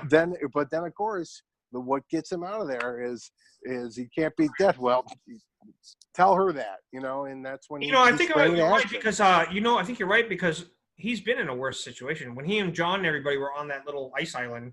Yeah, they were under much worse odds than what we were at that scene. Exactly. And hardly a flame in sight. Well, except the flaming sword, but he didn't have to worry about that. He was never scared of that flaming sword, though. He fought him hand to hand and beat him. Remember, guys? He killed him. Actually, he got brought back. Killed him. Mm-hmm. So he was never scared of that flaming sword. Not that sword, but there's a lot of fire going off. I think to Shawn's point, it's wild, out of control fires that terrify. Dragon. That's it. I Agreed. can chaos. get behind that theory. Yeah, I agree with that. It's the chaos. So okay. So I'm trying to remember if there's anything else we haven't. I mean, this episode's the music. What did you guys think of the final, like before we went to credits? Melisandre dropping name? Yeah. Oh, is that where you thought it was going to end, or like what? No, I didn't expect that, but it was. I did. I knew exactly what was going to happen. When the moment she walked away and dropped her robe, I knew exactly what that was. It's not a big deal. Yeah, I know, but I'm wondering, like, in terms of pacing and storytelling and stuff, that being the finale for this episode. Yeah, I think it was. I think it was. I thought it sign of them saying, "My role is done. You guys, we did what we need to do. Now what?" Well, here's the thing. She was so integral to this episode from the very opening scene to the very end. The Lord of Light. Lord of Light. I thought it bookended the episode perfectly. Yeah. The way she came back and exactly what she did with the spell casting, and then of course her interaction with Arya, and then finally my job is done. I can finally rest. I also like that detail of the choker and the light going out after she drops it, and the glamour wears off on her age and all that stuff. That's the thing. They take an error that they joke about when she was in the bath and Stannis Baratheon's wife walks in and she's in the bath and her choker's off, but she was still young. That HBO admitted that was a fuck up, but because she should not be able. We understand, George. Yeah, but anyways, I like that little detail, the light going off. I like that they didn't have to do another. They didn't do a close up on showing her old again up front, but you could see the gray in her hair suddenly happen. I like her hunching over. Well, I like the way they handle magic in this show. It's not. Well, and then Thanos stepped in, snapped his fingers, and subtle magic. It happens, So it's the end of an era, a chapter in the story. A huge arc. And so now as we go into the final 3 seasons. You mean 3 episodes? 4 episodes. Yes, thank you. 3 episodes. Three. It's 3.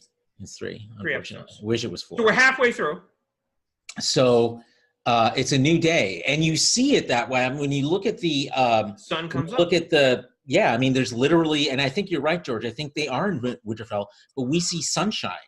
Like, They fought it's through literally nothing. brighter. They fought. Yeah, through and by the way, here's the thing about that sunshine though too. Here's what I noticed in that trailer is that they're using the same filter they always use for Winterfell. The same lens You filter. mean King's Landing? No. Okay. Winterfell has never been that bright. No, I'm not. Winterfell is always gray. It's always been gray. I get that. But Yeah. here's the thing, that when in that trailer, when she's making the speech that the final war, now we're doing the final war. Right. That's Winterfell. Okay. Right. Yeah. Okay. So, but if you notice, it's got, even though the sun is shining. I think you're right. I think that's a. I need to hear him say it. I don't know what he's saying. Go ahead. Sorry. Even though the sun is shining, there still is that blue tint is what I'm talking about. If you go back and watch it again, you'll see that. I'll take another look, but it seems really bright to me. I think he's right. It is, but like saying winter's still there's still the blue tint to it that I picked out, which Winterfell always has. Anytime they're in Winterfell, they always have that blue tint. And John always on said, the lens. And John always said that he brings the storms and all that. And now that he's gone, all the fog and the haze and the clouds, it's like summer. Yeah, I think winter is pretty much early. It's over early.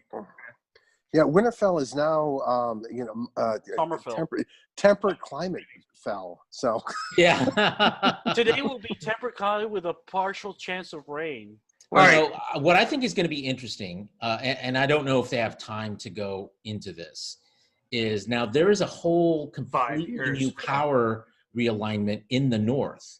The North used to be all about essentially protecting everybody else from what was on the other side of the wall. Now the wall is gone. The Night Watch is gone. The Night King is gone. The wildlings are basically not gone, but they've been assimilated into. Yeah, they're integrated into the culture. Into the culture of the North anyway. Yeah. And give them land. They give them so land. What, how does that change things? Do they now become houses? Like George R. Martin did say that houses? doing books that takes place after this, but until then, I don't think we're going to get a lot. Well, I have this goes back to, what we're saying. Well, he never finishes this book, so who knows? This goes back to what they were saying, what we were talking about, how, when it comes to the people in the North don't give a shit about bloodlines anymore. What they care about are the people who fought for them, who've protected them, who saved them, and that's how they determine who leads them. I think the problem that the Seven Kingdoms have is that they're fucking chaotic as hell. And with Cersei in charge of King's Landing and claiming to be the Queen of Queens, okay, that this is where we're talking about. It's less about what they've got to do is, I think the people in the North will probably realize that the rest of the kingdoms kind of got to fall in line here for the North's benefit here, because this chaos with these wars and everything, it has to stop. Right. Can I say so something? Go ahead. After you, Shawn, when you're done. You're good, man. That's it. That's what I had to say. Go for it. My impression and my opinion is that really the amount of people that are going to replace the Northerners that are dead are pretty much the amount of wildlings we got. So it's going to be a pretty even trade-off as the new North settles in. And after that, if there's a King's Landing, big if, then they will have to deal with the Northern power, which is the only power standing. Agreed. I believe that there'll be a rebuilding of King's Landing. I think you and I are on the same page with it, George. That's kind of what I was getting at. That at the end of the day, the North is going to be the power, right? Yeah. Absolutely. All right, so let's get to our ratings. I think we've covered just about everything I can think of. I want to bring up one thing about this, is that about how the series is going to end, and how Martin. I think Martin is the one who said that some people. Yeah, bittersweet. Because I think what's going to happen is I don't think they're going to close. They're going to tie off all the loose ends, is what I think. I think that's what Martin's getting at here. Christine, what's her name? The one that plays Brienne. Whatever her name is, Brienne. She said in an interview on Gwendolyn Christie. Gwendolyn Christie. She said in an interview, and it's just not a spoiler, but what she was able to say and not get in trouble is she said there are going to be some storylines that people will be disappointed don't get tied up that should have. At least people will think it. And there are other ones that do, but they're not going to have the resolutions that people hoped. So yeah, and I think there's going to be a lot of subverting of that's about as generic. Yeah, thank you, George. You can say that about almost the end of any series. My thing on this is I think that from my perspective, it's kind of like with a series like Battlestar Galactica and Lost, where people got pissed off at the end because things weren't tied up the way they felt they should have been, or they weren't tied up at all. Yeah. And, you got to keep in mind from the creator's perspective. It's like, I like to quote Nicholas Meyer. Nicholas Meyer on the Wrath of Khan commentary says that it's not my job to tell the audience everything. It's up to the audience to interpret for themselves. And I think that with my experience television shows, the best television shows end with allowing the audience to interpret the ending for themselves. So I think there's going to be a lot of loose ends here. And I'm actually kind of looking forward to it. I'm kind of looking forward to filling in the blanks myself, as opposed to I would love it if they spell everything out for me. Here's the only issue I have with what you said, Shawn. I agree with you and with Nicholas Meyer in large measure. I think that where shows like Lost and Battlestar Galactica messed up their endings is that they weren't true to their beginnings. That's where it gets messed up. They went off the rails in this totally new direction that ended up just not resonating with the audience they'd spent years literally building up. And so I think that's what went wrong. I know for Battlestar Galactica, I watched it. It's like, I'll, at the very end, you turn it into a religious morality play. That's so different from the rest of the show, without really building to that. So I'm hoping that doesn't happen here. I hope that they finish it in a way that is true to the beginning of the show. There is one point I'm going to make based on what you said, to segue off what you just said. The difference is in this, there are two visions that happen here. These writers did not start and finish end Game of Thrones, this TV series. George R.R. Martin had written up to a certain point, and then these guys convinced him to let them make the show. Once they reached the point where they were going past his slow ass as far as the books, then they used him as a consultant, but they were kind of making the rest up as they went along. So this is where it gets interesting. It's two visions, and then they branch off of it. Well, I don't think that's a fair way of right, portraying because they bought the rights from George R.R. Martin. But they also kept it around. They also had him. Yeah, but it's not competing visions, George. Right. What Martin said about this was when people were asking about why he didn't finish the books, he says, "I don't have time. I'm spending too much time." I don't mean competing. I mean, hold on. George, let me finish a sentence. Hold on. Okay. Martin said himself that the reason he hasn't had time to finish the books because he's been working so much on the damn series. So right. Carl he wrote episodes. It's not really a competing vision. He so had much. 10 years in TV, guys. Yeah, Beauty and the Beast. Right. He knew what he was. He knew the direction he wanted the writers to take this show. So it's not really starting with one vision and ending with another vision. It's still his vision. Yeah. But so yeah. Yeah. I mean, I think I agree with you, Shawn. To me, the issue is that once these producers acquired the rights, it's their story. And obviously, they want to be true to the spirit of what George R.R. Martin wrote. And I think because that's what made it successful. Yes, because that's why people tune in. People who read the book want to feel some measure of connection to, or a large measure of connection to the series. So to that degree, I think you're right, George. But I don't think it's fair to portray it in terms of like two visions. Well, I didn't mean it in a negative. That's just not.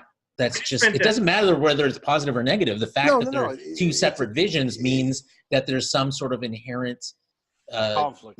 conflict I or actually- dynamic right. in there, and No, I no, don't I think think it's that's a good what's at thing. play here. I think it's Because a good thing. even throughout, like you make it seem like they were completely faithful to George R.R. Martin until there was To no more one books, point, and then right. they went their own way, and that's No, no, no, not no. true at all. Here, let me Right, you that's know, not what quick. happened. You know, Let me there's just- no Lady Stoneheart. There's I know. so many things that they didn't do. That's true. They- No, that's. I or was they going to say assigned something to other else, but you characters, just pointed out or- Lady Stoneheart, and yeah, I agree with that.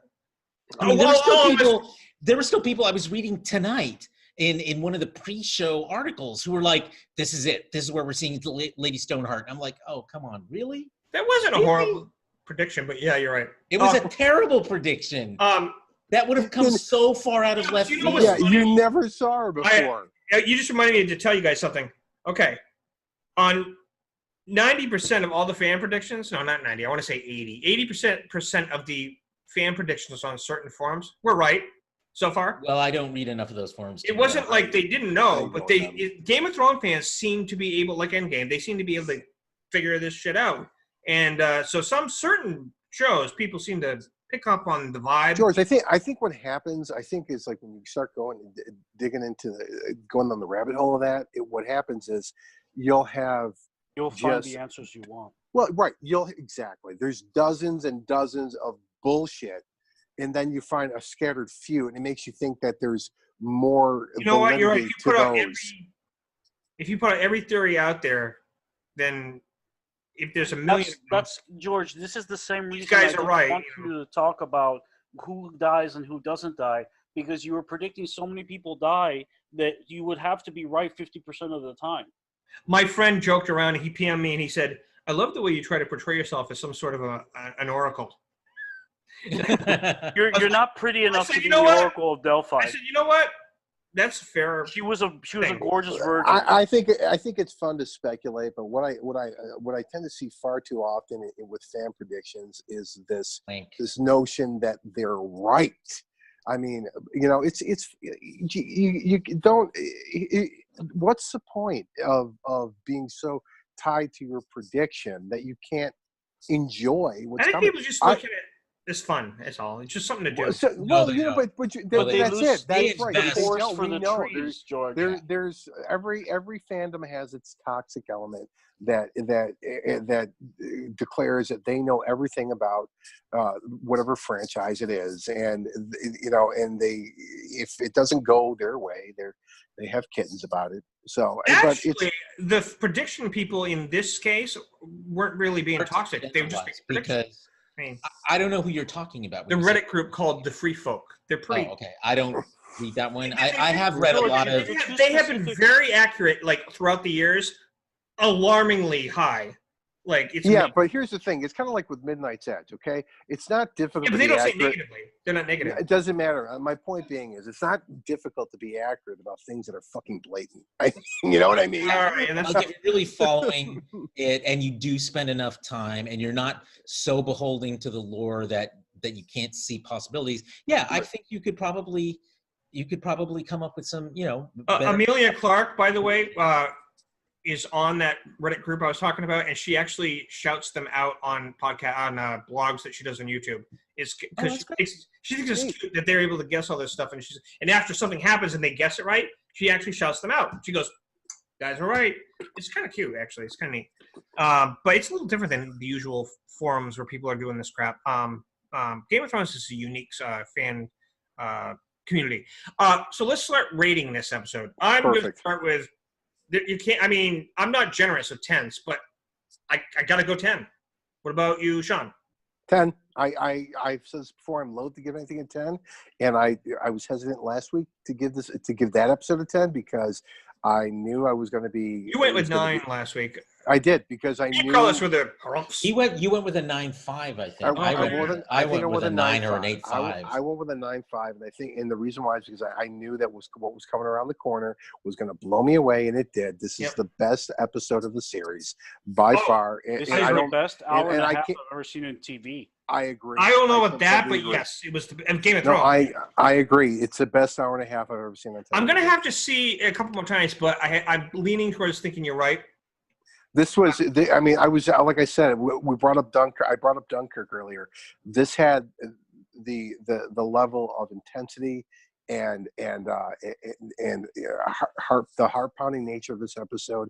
I was on the edge of my seat. This was a feature film.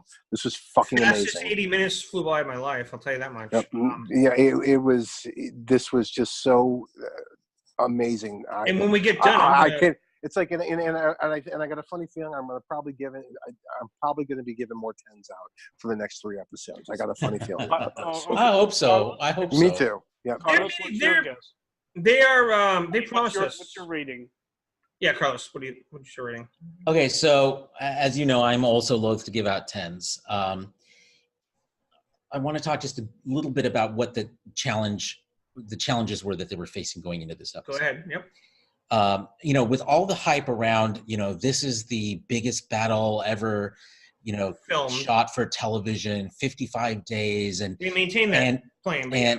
And the idea that it was going to be a battle. I mean, the entire episode was going to be a battle. Honestly, I was like not optimistic about them being able to really tell a good story, because battles are hard to write and shoot. Yep. Because after a while, everything starts to look the same. You can only watch, whites overwhelm living warriors so many times before you're just like, okay, whatever. And I think what was brilliant about this episode is they choreographed it in terms of the things. It was as much about the things you didn't see as it was about what you did see. The fact that we never saw really how the Dothraki were overwhelmed. We just knew they were. We saw it not symbolized, but indicated by the slow extinguishing of the fires on their sword. Yeah, that was right. Fires. And you saw it in a couple of other places. You saw the way the whites started falling on top of the fire in order to create can you call it a human bridge? A dead human bridge, so they could get through the trenches. Moments like that were pivotal, but actually relatively small. And then them moving from what was going on the big battlefield and contrasting that with what you saw in the smaller battles, the time in the crypts when the dead there start to rise and they have to defend themselves against that, and they are they're shitting their pants. I mean, that's what's so great about that scene with Sansa and Tyrion is they're like, they're shitting their pants is what it looks like. And it's like, what are we going to do? What are they going to do? Are they going to kill themselves? Right. All this stuff. And so I think that it wasn't the big battle that we saw, although, I saw it on a 65-inch 4K television. So it looked gorgeous. Like the grandeur of the battle looked fantastic. But it was really the way they told the story part in these scenes that were much smaller and just as intense as a real battle. I mean, Arya going through the library and trying to avoid all of the whites was so suspenseful, So for that reason, I'm going to give this one a 10 because I think they handled that challenge brilliantly. They more than pulled it off, and they did not succumb to the temptation that so many people, producers with big budgets, which is to make it all about CGI and pew pew and blow up and that was the least important part. They restrained themselves. They could have, but they restrained themselves. Well, they did more than restrain themselves. Carlos is right about this. What they did was they really focused with all the battles going on. They focused on these character moments, and they did it so brilliantly. And I was going to point out my 10, even with the fuck up that we all agree was Sam being on the front lines. I'm giving him a pass on that because everything else was just so fucking brilliant. I agree with Carlos though that was what really made those episodes were those small scenes, the scene in the library, the scene with with the Hound and his own terror and what he was going through, and of course our scene with Bran and Theon and what ultimately in our the ultimate when finally out of nowhere Arya comes and takes out the White Walker. So I mean, yeah, or the Night King. So yeah, I mean, I agree with Carlos that that's really. And interestingly, it was only after that, you know, one-to-one thing between Arya and the Night King. It was only after that we go back wide and grand, and you see all of the whites fall apart. Yep. And It all that. reminded me of And the at that point, Thanos' army in Endgame. So. yeah, well, Thanos' army was like, yeah, they're non-entities. I mean, they were big, but you know, the whites, you had a sense of what they were, what they represented. You know, the fact that, you know, he raised up all of the people who'd just been killed and now they're turning on the people. Yeah. I mean, all of that. Oh, was including intense. Lyanna. Oh, that was. Yeah. So that hurt, but it should hurt. I mean, for it to be effective drama. So, you know, that's just another indication to me of what they knew when to focus in close and when to go back wide and grand, and that kind of delicacy in an episode that could have succumbed to bombast, I think is worth a 10. All right, let's get to Raul. Raul. Okay. Whisper to us, Raul. Whisper. Well, mine's going to be short and sweet. The word Carlos did not use, but I will use because I think we all agree, is masterful. Mm-hmm. Good word. I like that word. That's excellent. The storytelling, I would have to agree. The visual effects, the cinematography, I've never seen in a show before, ever. This is you have actually. Battle of the Bastards, same director, by the way. Well, no. And I mean, he also did the Hearthstone. You might know that's better, but it's the same guy. That's all I'm saying. It's the same guy. That's what I'm saying too. Yeah. But that's my point: is that this show is the culmination of many years of these people's careers in something beautiful and unbelievable. This episode is by far a 10. If I could go higher, I would give it higher. I would too. Yeah, I agree. They did say it was going to change the way people look at what you can do with television, and I can't argue that. I agree with that. This has been doing. They've been doing that for years. Do your role, brother. Yeah. So. Yeah, I don't think there's much else we can really cover. I mean, this is just majestic. And well, I want to bring this point up about HBO, and this is the thing: is that Sure. this really started this kind of type of cinematic storytelling. This started back in the early aughts when they did Band of Brothers, okay, and they showed that they, with the right people and the right budgets, they can bring everything great about a big budget feature film to the small screen and do it as for television, as a television series. It started with Band of Brothers. They've been doing it ever since. And with Game of Thrones, it's turning out to be the greatest television series in the history of the medium. Yep. And it's like I cannot wait to see what they've got in store for us next. The prequel that's coming up is going to be amazing. Yeah, I mean, I'm just going to focus on the next 3 episodes and hope. Yeah, I know. You know, because Galactica was the same way. I thought they were going great, and then all of a sudden, not. So I'm just hoping. Well, I will respectfully disagree with that, but that's another story for another time. show. We can fight about that another day. Legend. Right. All right. So I think that should wrap it up for this amazing episode and review. Mm-hmm. I want to thank everyone for who joins us. Well, it's 4 of us. But Carlos, where can people find you on social media? I am on Twitter at @cpedraza and also at Axomonitor, and on Facebook on the Axomonitor Facebook group and discussion group, and of course on the web at axomonitor.com. Shawn? I'm on Facebook and the Axomonitor group, and as well as the Real Super Geeks, of course. Right, Real Super Geeks. I meant to say that. Don't forget that. And that's pretty much where you can find me. Also, when we're done, I need to talk to you for a second, Shawn, and whoever wants to stick around. Raul, where can people find you? My name is Raul Padron. You can find me in Arizona, and currently my picture is Littlefinger's symbol for his house. He's one person house. Baelish. Sorry, Littlefinger. This is my little finger for Peter Baelish. But anyways, so you can find me. Well, you can find us at the Real Super Geeks on Facebook.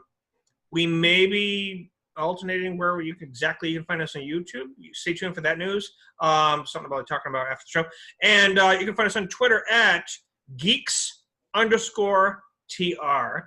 That's our Twitter. And other than that, you can also find us on Subspace Radio on Mondays. The schedule changes a little bit sometimes, so just check the schedule. But you'll find us. But basically 8 o'clock Pacific and 11 o'clock Eastern. Yeah. And that's what they aim for. Yeah, and we'll announce anything else as far as changes. But yeah, so I want to thank anyone who paid attention to us. Thank you for listening. Thank you for listening. And hopefully this time I'll get it right. I wish you good fortune in the wars to come. Oh my God, I think I got it. You got 3 more episodes, folks. Fuck yeah. I'm still here. You guys see me? Right, you just finished recording. Oh, yeah, that's fine. That, I think, was our best episode Wait a minute.